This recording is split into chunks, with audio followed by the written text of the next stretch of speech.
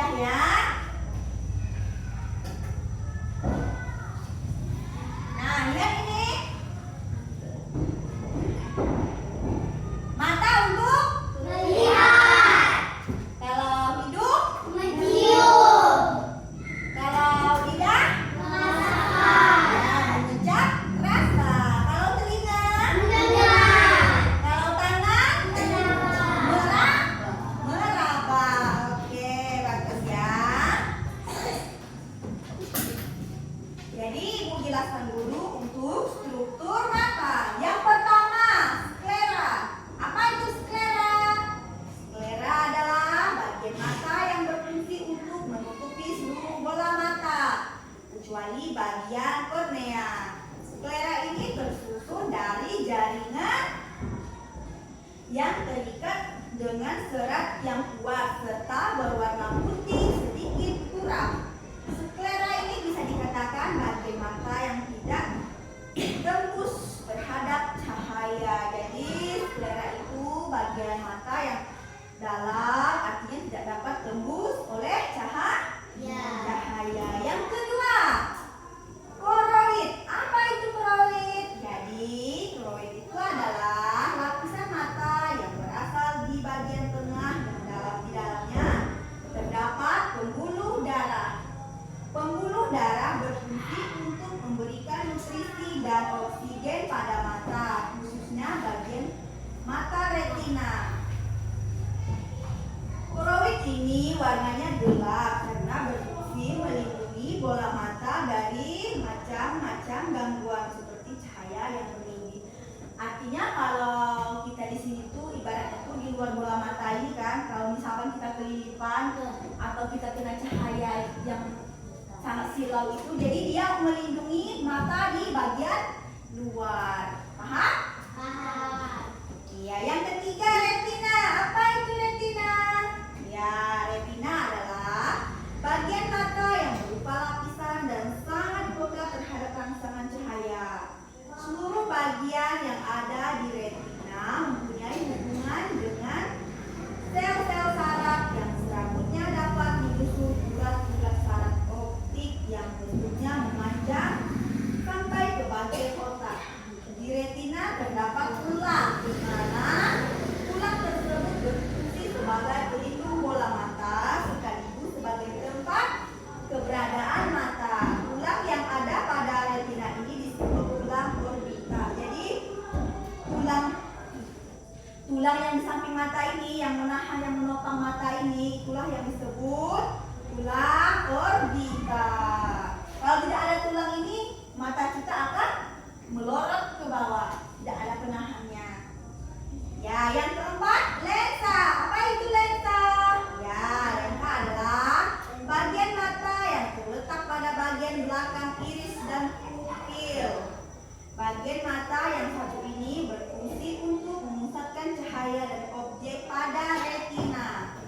Lensa memiliki jaringan yang lentur dan transparan. Jika kamu punya kacamata, maka sudah dipastikan bahwa kondisi matamu ragu jauh atau dekat. Ya. Yang kelima, iris. Apa itu iris? Bukan untuk iris bawang ya, tapi iris di mata. Iya, iris adalah bagian mata atau selaput bola mata yang terletak pada bagian kornea. Sedangkan pupil adalah otot-otot mata yang kecil dan membesar atau tertutup dan terbuka jika ada cahaya masuk. Jadi pupil itu misalkan kita mau melihat cahaya senter nih. Jadi pupil akan berfungsi, dia akan mengecilkan mata kita begini atau membesarkan mata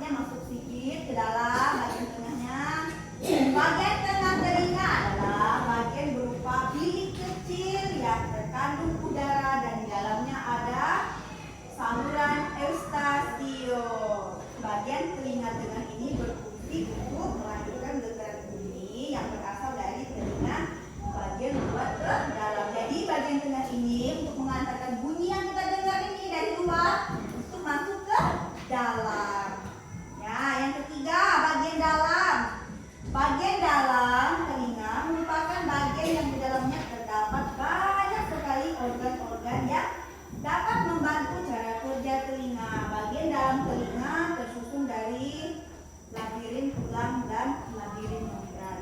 Labirin membran ini merupakan 5 bagian utama, yaitu 3 saluran tengah, lingkaran, utriculus, sacculus, lubang siput atau cochlea dan ampulla.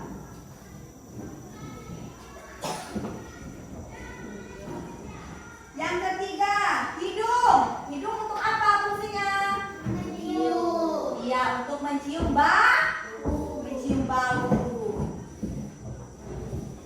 Jadi, struktur hidung, rongga bagian dalam. Nah, bagian dalam hidung, rongga bagian dalam hidung mempunyai sekat pemisah rongga hidung. Sekat itu dibagi menjadi 2 bagian. Yang pertama kanan dan kiri. Jadi sekat itu lubang hidung yang kiri dan yang kanan. Jadi apa di tengah-tengah ini ada sekat untuk memisahkan 2 lubang hidung. Rongga hidung di bagian dalam juga terbagi menjadi 3 letak, yaitu rongga hidung bagian atas, rongga hidung bagian bawah, dan sisi hidung. Pada bagian atas dilapisi dengan lempeng tipis, sedangkan pada bagian bawah dilapisi dengan langit-langit hidung. Untuk sisi hidung dilapisi dengan karang hidung. Yang kedua, bagian atas. Bagian atas nih, atas hidung. Rongga hidung bagian atas mempunyai fungsi utama, yaitu mencium bebauan. Singkatnya, bebauan yang dicium kemudian akan diterima oleh lendir pembau. Mempunyai reseptor. Dari lendir pembau akan dilanjutkan ke gelembung pembau. Dari sinilah bau-bau akan dapat diterima atau direspon oleh otak. Jadi dari sini kita akan mencium bau nih, bau dari luar, entah bau apa itu, misalkan bau kentut atau bau apa, akan direspon oleh otak. Selanjutnya adalah lidah. Lidah untuk apa? Rasa. Dia mengecap rasa. Struktur lidah. Jadi reseptor khusus ini sangat berhubungan dengan rangsangan-rangsangan kimia. Pada reseptor ini permukaannya dilapisi dengan lapisan epitelium, dan di dalam reseptor khusus terkandung kelenjar lendir dan tunas pengecap. Tunas pengecap pada lidah bisa mencapai 10.000 banyak, bukan? Tunas pengecap yang ada di lidah terbentuk dari kelopak-kelopak sel sensori yang dimana ada tonjolan atau papila. Tonjolan ini terletak pada bagian permukaan atas. Tonjolan-tonjolan tersebut dapat dikategorikan menjadi beberapa bentuk, yaitu bentuk benang atau sirkumpalata, bentuk dataran atau foliata, dan bentuk jamur fungiformis.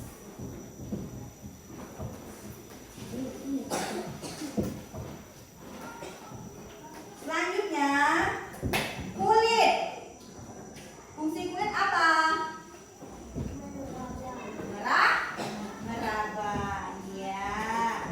Jadi struktur kulit ada epidermis, ada dermis, ada hipodermis. Apa itu epidermis? Ya, jadi epidermis adalah lapisan paling luar kulit yang terbentuk dari lapisan corneum dan lapisan malpighi. Lapisan corneum adalah lapisan kulit yang sudah mati yang bisa terkelupas kemudian digantikan dengan sel-sel kulit baru. Jadi lapisan yang paling luar tuh lapisan epidermis.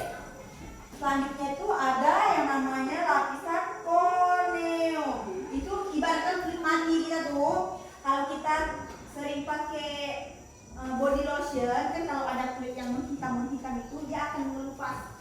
Jadi itulah yang disebut dengan corneum. Siapa yang pernah melupas kulitnya? Iya, kalau kita misalkan ada kulit yang hitam tuh, terus dikasih body lotion, pasti dia akan melupas. Sementara itu lapisan malpighi adalah lapisan kulit yang terbentuk dari lapisan spinosum dan lapisan germinativum.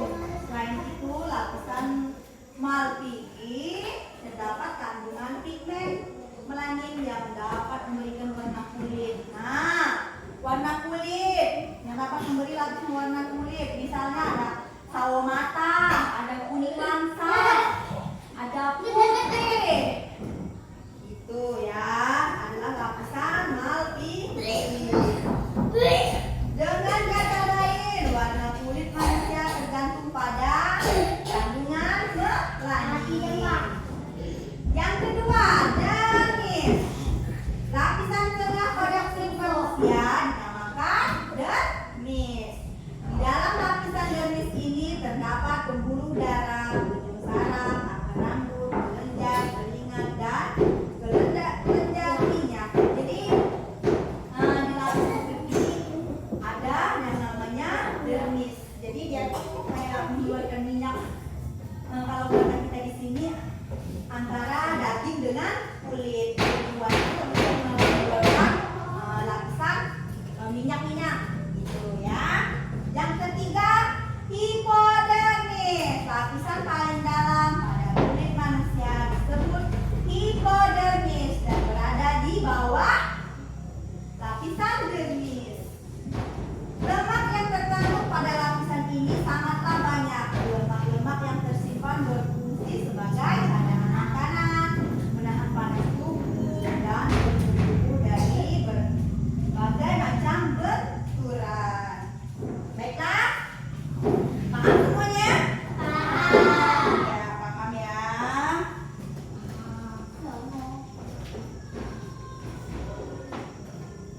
Baik, ibu akan membagi ke kelompok. Seperti biasa ya, ini kelompok 1 dan ini kelompok 2. Jadi ibu akan memberikan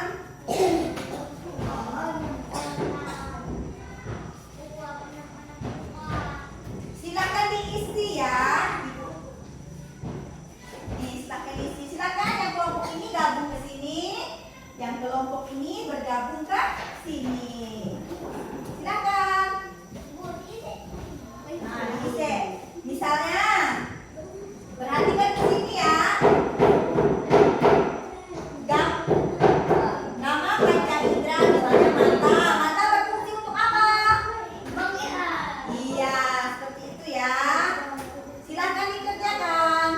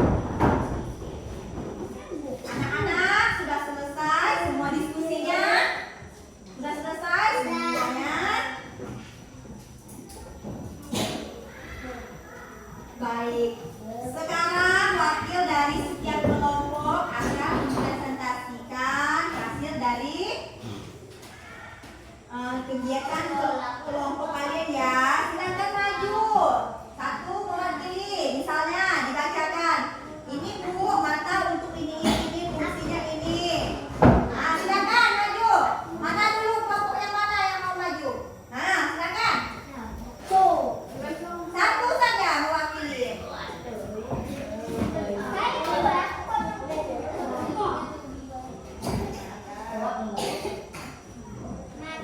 untuk melihat, hidung untuk mencium, lidah untuk merasakan, telinga untuk mendengar, kulit untuk meraba. Wah, bagus sekali. Tepuk tangan semuanya. Selanjutnya dari kelompok ini ada yang mau maju? Yuk, siapa yang mau maju?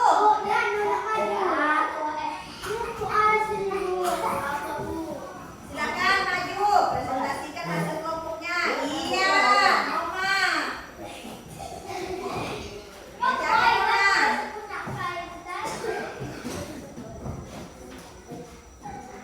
Mata untuk melihat, hidung untuk mencium, Lidah, telinga, kulit.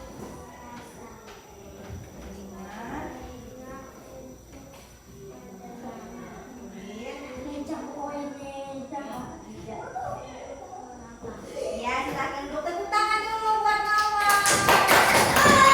Noma sudah berani maju ke depan. Jadi semuanya sudah berani untuk maju ke depan. Terima kasih semuanya. Tepuk tangan dulu dong. Ya, bagus ya.